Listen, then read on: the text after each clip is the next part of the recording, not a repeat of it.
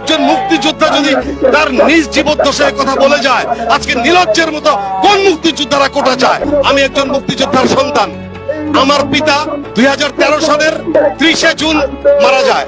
29শে June অনাকাঙ্ক্ষিত ভাবে, কাকতালীয় ভাবে তার মুক্তিযোদ্ধা সনদটা আমাকে দেখিয়েছিল এবং সেদিন আমি তাকে দুঃখ করে বলেছিলাম, বাবা, তোমার মুক্তিযোদ্ধা সনদ থাকতে আমরা চাকরি পাই না, আমরা তো কোটা সুবিধা পেতে পারতাম। সে বলেছিল, মুক্তিযুদ্ধের পর তুমি তোমার বাবাকে ফেরত পেয়েছ, তার চেয়ে বড় সার্টিফিকেট আর কি হতে পারে? মাত্র 20,000 টাকার ভাতাই কি আমার জীবনটা ছিল না তোমার কাছে দেশটা ছিল? তুমি তোমার বাবাকে ফেরত পেয়েছ, একটা স্বাধীন দেশ পেয়েছ।